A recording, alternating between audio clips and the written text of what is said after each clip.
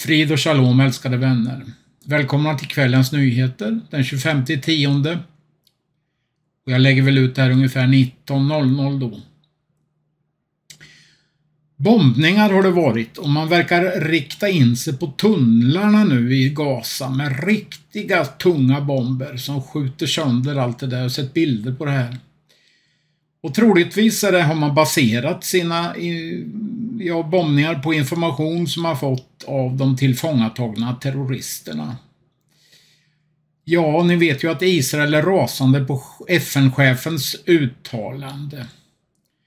Israel slutar till och med att utföra visum till FN-tjänstemän på onsdagen.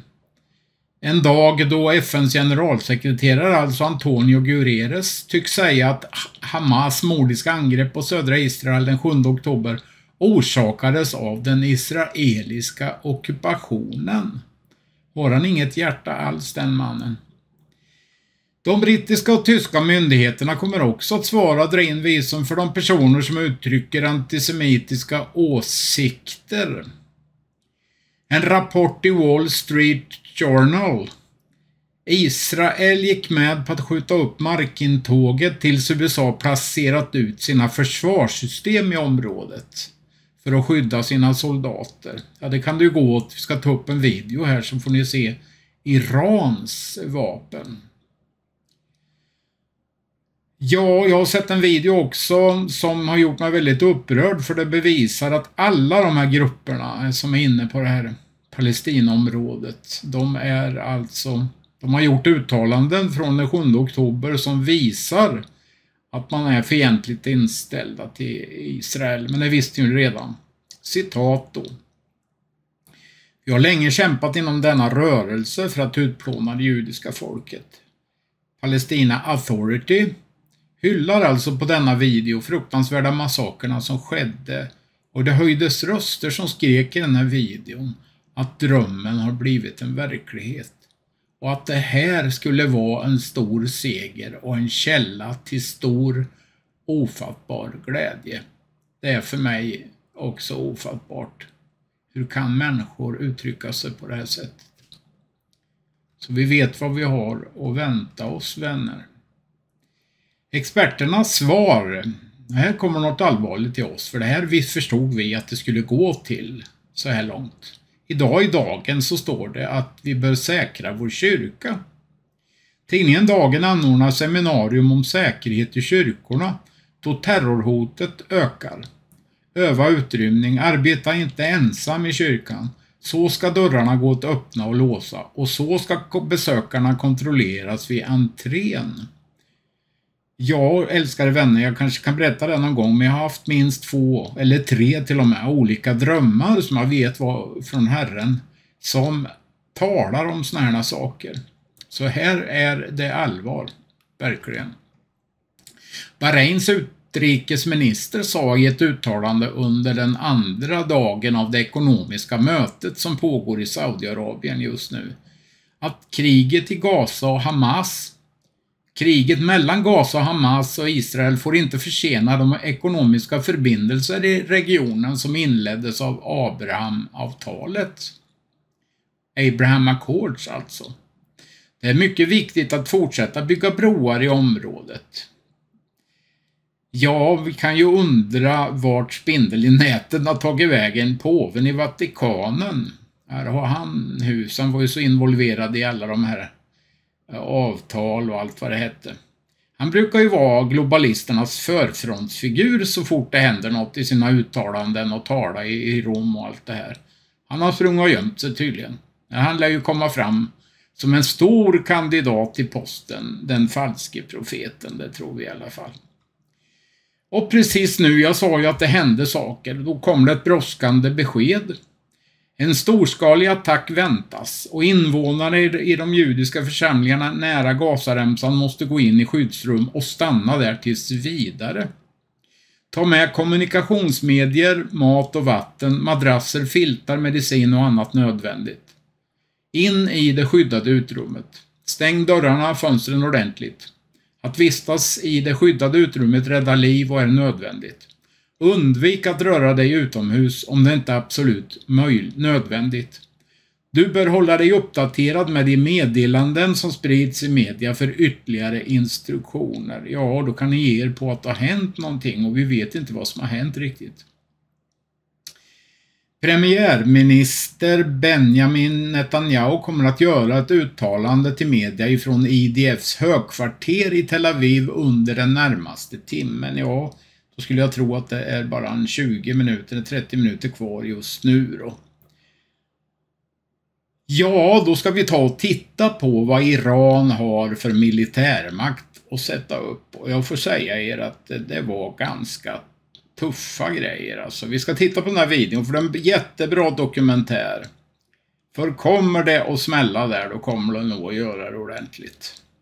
Men vi håller er uppdaterade på Telegram och på våra hemsidor och Guds välsignelse. Och så är det Parousia missionsmöte på söndag, glöm inte det. Guds välsignelse. Jan Olin härifrån Göteborg, Sweden. Amen. Military in terms of active personnel and a formidable military strength that ranks it among the top 20 world powers. Just how powerful is the Iranian military? Having a long and sophisticated military history filled with unprecedented triumphs and dominance, Iran has proven itself to be one of the most powerful nations in the modern era. But with strong adversaries like the USA and many other powerful countries around the world, how does this standalone nation keep growing and expanding its military strength? What's even more shocking is that a nation as strong as the USA is somehow apprehensive about the potential of the Iranian military. Join us as we delve into the remarkable rise of the Iranian military. After the coup in 1953, Iran started buying weapons from the United States, Israel, and other Western countries. However, this trade was short-lived.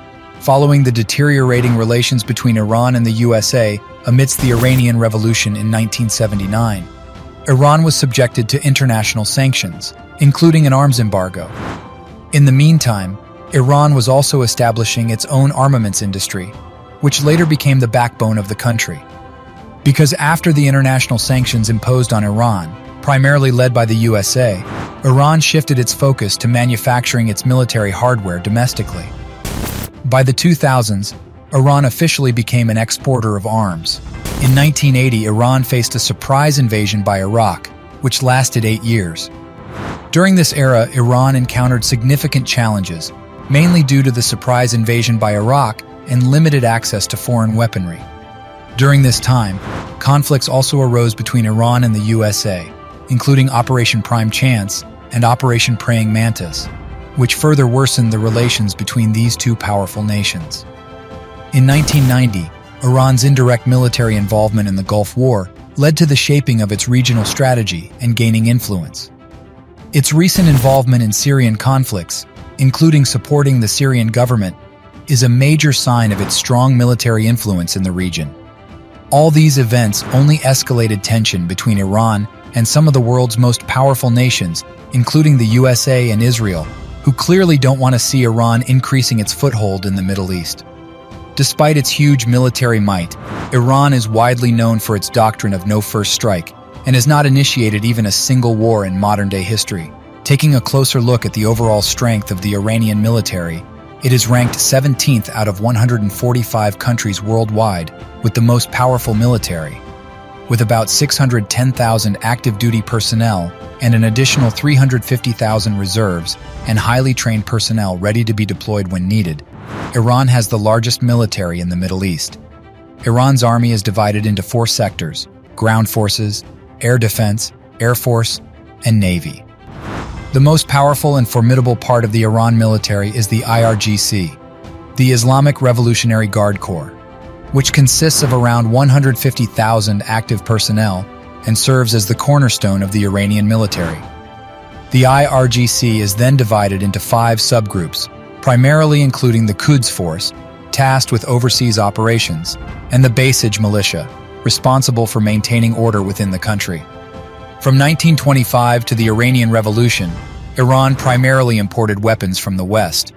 Post-revolution sanctions and the Iraq invasion propelled Iran to develop its own weaponry, a task it performed exceptionally well. The IRGC was put in charge of this operation, and under its command, the military industry greatly expanded.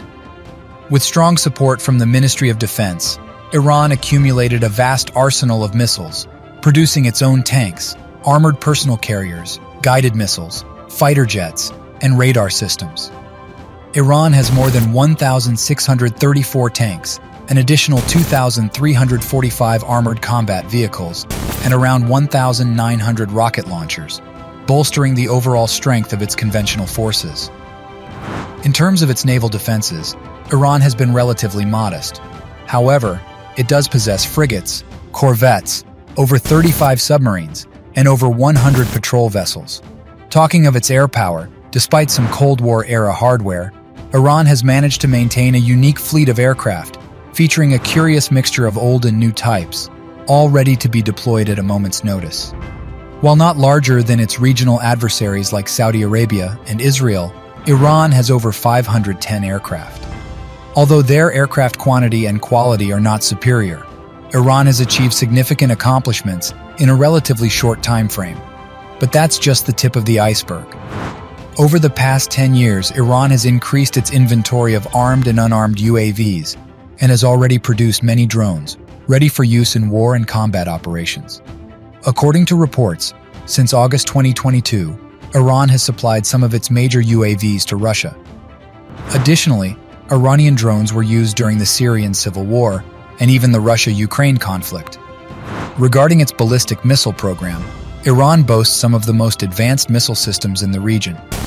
With Shahab-2 and Shahab-3 at the helm, Iran can easily hit a target ranging from 300 to up to an astonishing 2,000 kilometers. Moreover, Iran has initiated the development of an ICBM-IRBM project, known as Qadr 110, with the aim of creating a missile that can hit a target at a distance of 3,000 kilometers, parallel to the advancement of a satellite launcher named Iris. As the older missile families are being phased out, Iran is working on introducing newer generation ballistic missiles with a focus on accuracy and maneuverability. As of 2020, according to the assessment of the U.S. military command in the Middle East, Iran has the most diverse missile forces in the region, a clear indication that Iran has outmatched its adversaries in the area. Since its revolution, Iran has expanded its influence in the Middle East and boosted its geopolitical relevance. The reasons for this can be numerous, but primarily Iran aims to take control over surrounding countries to protect itself from potential adversaries in the West. Another major reason for its influence is its support for proxy groups in the regions. Groups like Hezbollah in Lebanon, Shiite militias in Iraq, and Houthi rebels in Yemen are stoking the flames of Iran's power expansion in the region. Looking to the future, Iran is expected to continue advancing its military prowess and expand its regional influence. Having a tumultuous history with some of the powerful forces around the world, Iran will strive to modernize its weaponry and military technology. The bottom line is, after 40 long years of struggles, Iran is now much stronger than ever, especially with the IRGC forces at the helm. Iran's military is likely becoming an unstoppable force in the Middle East.